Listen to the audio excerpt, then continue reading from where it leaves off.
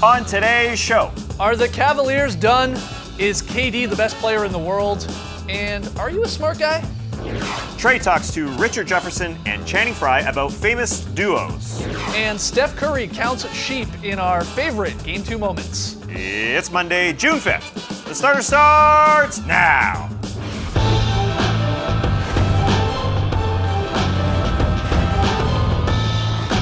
Good evening, Sweet World, and welcome to The Starters, presented by Jack Daniel's Tennessee Honey. Whether you're listening to the podcast, joining us live right now on NBA TV, or a little bit later on YouTube, we're very, very happy to have you. I'm Jay Skeets, and alongside me, as always, that's Tass Mellis. Thank you for joining us. And last but not least, over yonder, back from Oakland, it's the bearded one, Trey Kirby. Hey, yo. TK rocking a hat. Yeah, I've been traveling all day. If I take my hat off, I look like a young Thomas Jefferson. Not a good look for anybody. What is going on with this hat hair? All right, put Not the my hat best back on. look. Yeah, exactly. This is better for everyone involved. What I was wondering when you came in was very flat. I didn't know what you were going to do. The hat. The hat, it's a savior, that's for sure. All right, TK, it's great to have you back. The international man of mystery, Lee Ellis, of course, is on his way to Cleveland for games 3 and 4 of the finals. We'll talk to Lee Ellis on tomorrow's show and throughout the week. But we start with a little true or false Game 2 finals edition. It's great to have TK back to ask the big Qs here. Trey. Game 2 was twice as competitive as Game 1, but that means it was close for a half instead of just a quarter as the Warriors blew the Cavs out once again. They've won the first 2 games of the finals by a combined 41 points, and all those people who picked the sweep aren't looking too crazy right now, guys. True or false? The Cavs don't stand a chance in the finals. Don't stand a chance. I do not think they can win 4 in 5 games. So I do think this is the Warriors series. Is that a question anymore? Does anyone really think the Cavs can come back in this one? No, I think I don't know what they're supposed to do here. There's just too much offense on the other side of the ball. Yeah. I do think one positive they can take from this, you said it was close for a half. They were down 3 at break. And I think this has to be a little bit more like LeBron and Wade. There's got to be a bit of a baton handoff. LeBron kind of slowed down in the second half, and that's where Kyrie Irving has to pick up. LeBron was great in the first half. This is where Kyrie, he looked frustrated in this one. He seems frustrated by the length of everybody, by the constant defenders coming at him. Yeah. And it's un-Kyrie-like. I mean, he was 8 of 23. He is an incredible isolation player, and I think he's got to get comfortable in Cleveland. That's where he made his great game happen against Boston in Game 4. It was at home. He just has to get back to being comfortable because right now he is extremely, extremely frustrated. He doesn't look like Kyrie Irving. But I think he can get back to that. I think they can get one. I just think it's going to be really very difficult because the Warriors are focused not to let Game 3 happen again like it happened last year. I mean, they lost all 4 Game 3s in the playoffs last year. I think they think it's a different year, and they're going to come out focused. I just don't understand. The Cavs have to change their strategy, right, now that we go back to Cleveland. Because they're not going to win this track meet with this Warriors team. It's been proven now here in 2 games. They need to slow this down. And I don't think it's honestly going to truly work. They're not going to win 4 out of the next 5. I agree with you there. But I think it's their best chance. They have to look at this like they're the 45-year-old guys at the YMCA playing those 19 and 20 and 21-year-olds. Yeah. You can't go back and forth. You can't trade 3 for 3 and up and down and transition for transition. You got to slow it down and get to the foul line and muck it up and play a little more physical. But we just saw the Warriors. We saw the Warriors just now in those clips with Kyrie Irving. Their D is so good. Don't you want to get some easy baskets? I think you have to selectively run. Get some open looks. Get some free baskets. But, when you're in the half court, take 15 seconds off the shot clock. Yeah. I think you do have to do a little bit of both. But you want easy baskets because this Warriors defense is great. And this Cavs offense is the best offense in the playoffs. It still is. Can we really truly believe that because of who they were playing? Do we have to sort of address that at some point, right? I mean, the Warriors are a different beast than the Celtics and the Raps and the Pacers. Sure, but they're still scoring points. They are putting some numbers on the board. I'm saying it may have been fool's gold because they didn't have to play a whole bunch of defense in any of those series because they were just throwing up 120 every game against those teams. It's a little different when they're playing this Warriors team. I'm not saying it's not different. The Warriors are a very good team, but it's a 3-point shooting team. Yeah. That's what they are. They shoot just as many threes and more than the Golden State Warriors. They don't get into the paint. They do have to move the basketball a little bit. Right. They do to get all those guys threes. And LeBron and Kyrie have to create that. I think Kyrie can be the difference, for a game. It's just going to be really tough to make it happen twice in Cleveland with the focus of this Warriors team right now. A lot of people, of course, are going to say, well, you guys were saying similar stuff last year. The Warriors crushed them. They beat them even worse last year in the first 2 games back in Oakland, and then it went to Game 3 in Cleveland. And the Cavs spanked them by 30 points in Game 3, and suddenly we had a bit more of a series on our hand. The difference, of course, is there was no Kevin Durant. I think that's a glaring difference here. It's not Harrison Barnes. Kevin Durant has already scored more points than Harrison Barnes scored in the entire finals last year, and that thing went 7. He's one of the best players in the world, so that's a huge difference. And you're maybe right. Like, I think their best chance, I get it, they got to slow it down to me, and they got to try and win this 3-point differential because the Warriors set an NBA Finals record last night with 18 and the Cavs hit 8. That's a 30-point difference right there. They're going to just have to hope your JRs and your Shumps and your Kyries and all these guys and your Corvers, that they're the ones hitting threes. But that's the Warriors' defense trying to take that away from them. And you said it, like the length is bothering them. So I don't know. It is done to me. It's done in what, 4 or 5 here. I hate to say it. Yeah, I think it ends. I'm hoping for a long season, but it feels like it. Yeah, I think it ends in the Oracle in 5, but who knows? All right, Trey, next one. All right, even though they won in a blowout, the Warriors weren't perfect last night. They turned the ball over 20 times and only won 3 of the game's 4 quarters. Afterwards, Steve Kerr said things might be different in Cleveland. Heading to Cleveland, we're going to have to be a lot smarter. We play that same game in Cleveland, there's no way we win. True or false, if the Warriors play like Game 2 in Cleveland, there's no way they win.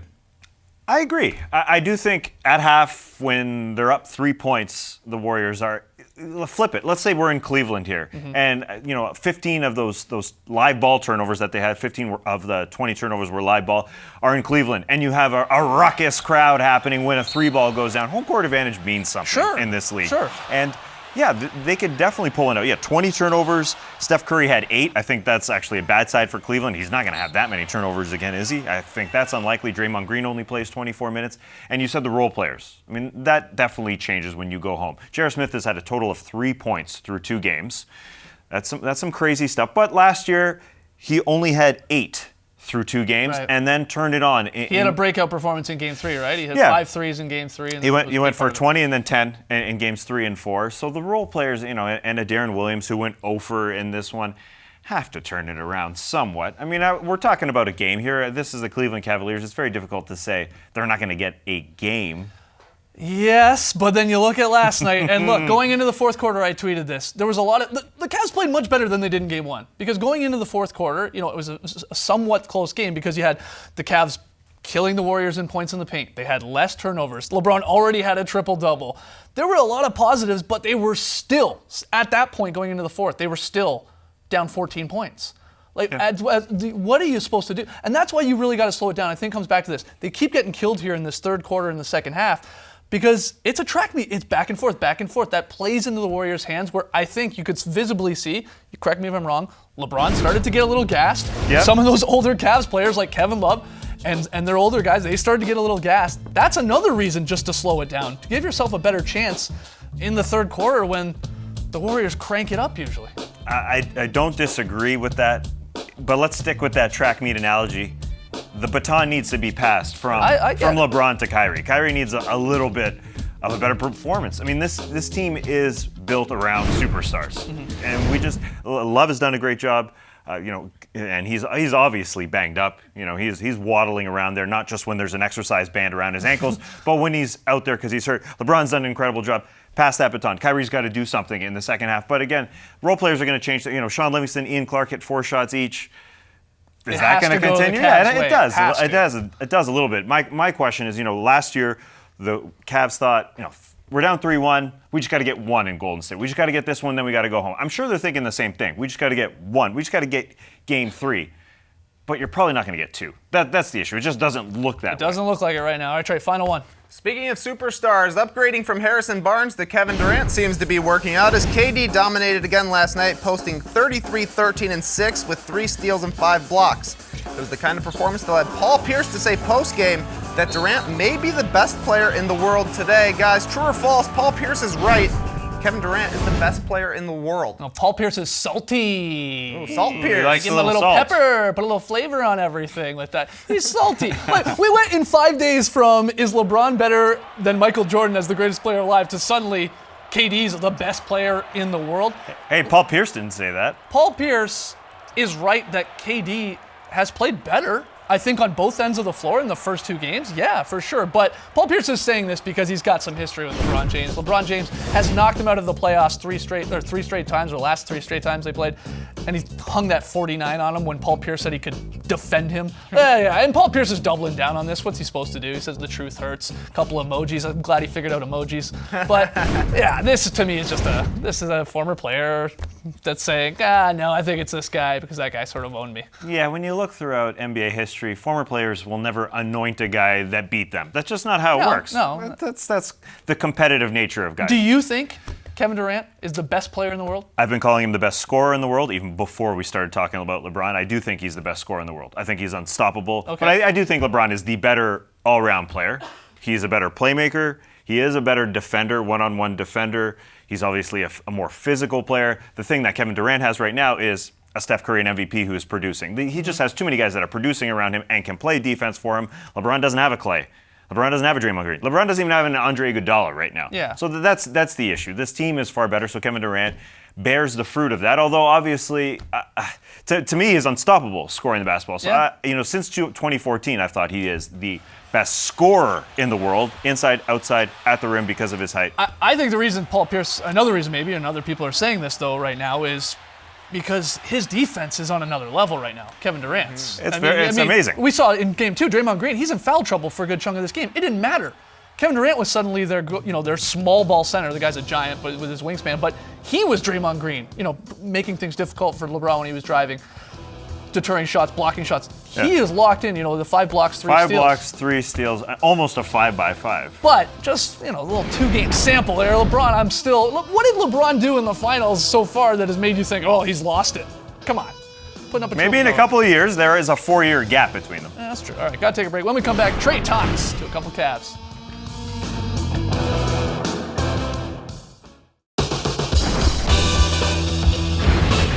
Welcome back to the starters. TK just got back from Oakland, where he was for games 1 and 2. That's why he's wearing a hat. He was traveling this morning. His hair looks crazy. But can we see it again? You look like Pat Riley a little bit too. Well, maybe from the front I look like Pat Riley. The problem is when I turn to the side, not a good look. I feel like an 18th century man.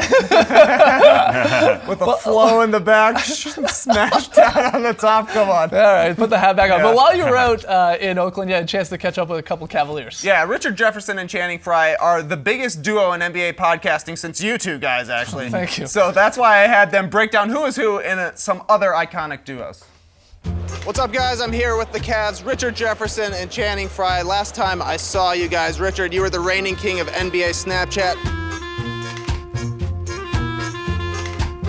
Channing, you had your shirt off with your arm around me, telling me what it's like to be an NBA champion. And then all of a sudden, something goes your way. You're like, oh, damn, we can do this. Since then, you guys have started Road Trip in your podcast that has been called the best NBA podcast. Have you let that podcast fame go to your head? He has. He 100% let it go to his head. Me, I only do it just to get better at podcasting, but he wants to be famous and get free stuff. You think podcasting is the way to fame? No, I don't care about being famous. I just want free stuff. That's it. What kind of free stuff we talking about here? Man, shirts, mattresses, food, booze. I don't care. You're living that Blue Apron MeUndies lifestyle. I know what it's all about. Anyways, you guys are maybe the most iconic duo in podcasting at this point, so I thought it'd be fun. I thought it'd be fun to see who you are in some other iconic duos. I'll give you guys a duo. You tell me who's who. Let's go. First one, Wayne and Garth. Oh, I'm definitely Garth. Well, that's easy. How so? It's just Wayne is kind of. I don't take this wrong. Wayne's kind of the brains. Garth is kind of the off the wall. He's kind of the. more creative. I'm very creative. Yeah. He's the wild card in anyone. Who's peanut butter? Who's jelly? Oh, definitely peanut butter. He's jelly. Peanut butter. Yeah. It's easy. Who doesn't like jelly? It's disgusting. Fresh Prince and DJ Jazzy Jeff. I mean, Fresh Prince, he's the major star. Jazzy Jeff all day. This is too easy. I'm telling you, I'm the Fresh Prince. He's DJ Jazzy Jeff. He's the wild card in every single thing. I'm the steady character. Yeah, you're just the guy who's going to go on to multi-platform superstardom and everything he tries, is what you're saying. Oh, I ain't saying all that, but you can say it. Say it one more time. Yeah, you're going to go on to multiple platform fame everywhere you look. There we go. Woody and Buzz Lightyear. I'm Buzz. I'll be Buzz. Buzz is maybe cooler.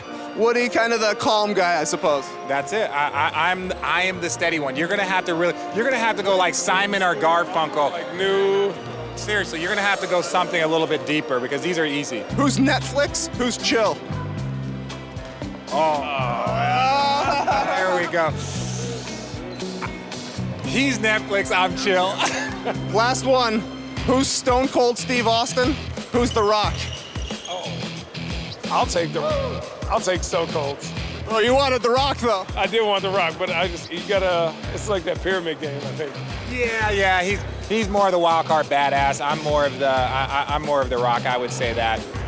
Yeah, but that, isn't it crazy though how we're pretty much on the same page, just off the drop with everything. Of practicing who we would be in this for this one moment. Yeah. What you don't know is we've had these conversations like, okay, which one are you? Like, and that's what we do most of the time in our spare time, in case these moments pop up that we know what to say. Film sessions and extra workouts. Makes sense. You guys have known each other forever. Besides working together now, did you ever expect you'd be doing something creative together? No, basketball, just basketball. Yeah, but now you guys are huge stars in the podcasting world, probably going to become taking our job soon. Guys, thank you so much for talking with me. Guys, that was awesome. You're welcome. Oh, straight grab of the mic there for your Mic grab, who, sure. Wow. Who video bombed the interview there when they were debating who was Stone Cold and who was Gotta not? be the best video bomber on the Cavs. Oh, it's JR, is it? J.R. Smith himself with his classic spinning robot move. One of the best. Picked it up from the Chappelle Show, I'd have to guess. I'm glad to see he got it. Great work, as always, TK. We gave you a challenge when you were out for game 2, and it was to try and take as many selfies as possible with celebrities. Take photos with celebrities. Yeah, and you guys set the bar at Lee's Chris Tucker fight Yeah, last year. yeah. I gotta say, guys, I blew that out of the water. Wow. We're gonna What do we start- got here? Yeah, there's a lot. Wow, a start. Look at this. We're starting with bang. Mike Breen. The Mike Breen. He was doing his hits pregame right next to me, so we just broed down, talked about our kids, talked about basketball. Nice. Also saw Lamorne Morris, shout actor out to most Lamorne. famous for New Girl. He was up in the stands, was very sad. His Cavs lost. Also saw Odell Beckham Jr. Wow. Waiting to Okay. get on the game time Okay. guest last night. I think he's still picking LeBron. Bold move. Wow. Also saw Neymar. Wow. Yeah, I was pretty Wow. excited. Neymar has to be the most famous guy that not everybody knows what he looks like. Oh. Because people are like, who is that guy? He must be famous. That guy seems famous, but Yeah. we don't know who he is. How tall was he, by the way? Not very. No. But No. my favorite guy I saw Oh, last wow. night was my main man, Guy Fieri himself. So as you can see, I talked to him, and we'll have that full interview later this week. Okay. I think You blew it out of the water. That was you great. did, There was as a great celeb scene last night. While you were out there, though, you went 1 for 2 on your challenges, because you might remember Game 1 challenge was to find the Stephen Curry guy. Yeah, I couldn't find this local celebrity. Yeah, well, this guy's definitely more popular than Chris Tucker in our eyes. But we have an update. You couldn't find him, but some Starters fans have. James Goldman, he tweeted in, "This is the guy you were looking for on the BART platform. He's driving me crazy." So you just had to take the BART in. I should have taken Bart. I took it on the way home, but cruised in. My bad. Sorry, guy. It's unbelievable. Good stuff, James. Thanks for sending that in. Great work, TK. We got to take a break. Lots more still to come on the show, including some of our favorite Game 2 moments. So don't go anywhere. You're watching the Starters.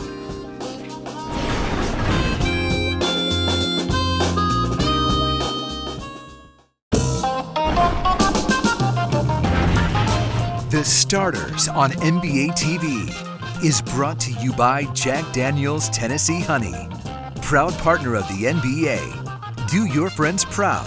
Please drink responsibly. We already talked X's and O's, some possible adjustments we might see, but let's get into the top 5 things people were talking about Game 2 on Twitter. At number 5, this was pregame. Steve Kerr coming out. He returned to the Warriors sideline. It was a fantastic moment, a fantastic ovation. Physically, he'd been suffering since 2015 when he had back surgery. He had to remove himself from the coach's chair. In the first round, Mike Brown filled in admirably, but it was great to see Coach Kerr out there. Oracle went crazy, and LeBron actually came up and greeted him. Nice moment. Yeah, biggest ovation of starting lineups for sure, Coach Kerr last night. At number 4, the internet. They were loving the smooth moves by this mop boy, or mop man, Watch maybe. this, watch this. Watch it. Whoa! As a guy who's gone curling once, this guy looks like he's been curling. Oh yeah, this guy's got to be Canadian. Oh yeah. Look Or at those Norwegian or moves. something. Look at these moves. At number 3, fourth quarter here. LeBron James going to end up coming down the side here. It's a tough little floater as he floats in, but the cameraman is focused on something else. Steph Curry sitting down there. It's nap time. I mean, he has learned from Steve Nash here. That's right. Nash-like move. He's getting in a zone, obviously, but the internet loved that he was basically sleeping. Oh, they're sleeping. They can beat the Cavs, but head trainer Chelsea Lane comes on over. You Hey, awake? it's time to wake up. You okay? We got to go win. At number we're 2, good. LeBron was understandably upset after the Cavs Game 2 loss. He skipped the press conference, and then he called out a reporter in the locker room for asking him if it was important for the Cavs to hold home court. Well, I mean, are you a smart guy? Think so, right? So if we don't defend home court, what happens? Yeah, no, that's what I'm saying. I'm asking you. Well, yeah, then you guys are looking at getting swept. All right. So that answers your question. Oh, you could feel the tenseness. At number 1, this moment sent the internet into a tizzy, as it did LeBron James, because Curry had him all over the place. Hey, you know Curry knew that LeBron was right there because he yelled right at him. It was a great moment of the former MVPs going at one another. Finishes the job here. But let's take a closer look. Uh-oh. When Curry stopped, he puts double that hand on the ball. dribble! That's a quick travel. I mean, it's a sneaky move. You had to get the Phantom Cam to see it. Yeah. That should have been the 21st, I guess, turnover for the Warriors in Game 2. All right, final break. When we return, a very solid Trey. That's right. You're watching The Starters, presented by Jack Daniels and Tennessee Honey.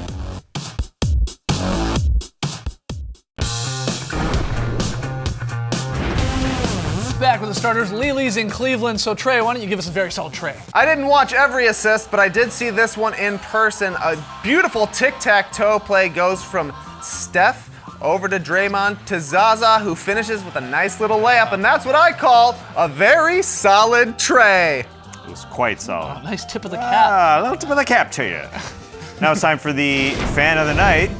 This focus is on someone we know very well, Who? very intimately. Neymar? Is it Neymar? It's Trey Kirby. Hey! Let's check the back there. I see Mark Spears. A little Oh. enhance. A little enhance. I see Jim A little LeBron. enhance. Oh. Just creeping, trying to get those celeb pics. Hey, Well Clay, done. turn around, buddy. Tomorrow morning, 11 a.m. Eastern, join us live on Twitter for the Starters Twitter show. We'll obviously talk about the NBA Finals. Adam Silver, Commissioner Silver, says he's got some changes possibly coming to the All-Star game. We'll get into that. Get your questions in. Hashtag the Starters. Again, that's 11 a.m. Eastern tomorrow morning. Tonight, well, game time coming up right after us. Finals Film Room Game 2. These are our treats, guys. It's on at 9 p.m. Eastern. And tomorrow, hey, we made the board. The Starters, 6:30, followed by Game Time. So we'll see you guys tomorrow night. All right. Thanks for joining us, folks. And remember, he's wearing a hat because he's a traveling man doing all that he can. Oh, look at that. Wow. Wow. Touch it. Race the night, Touch people. it.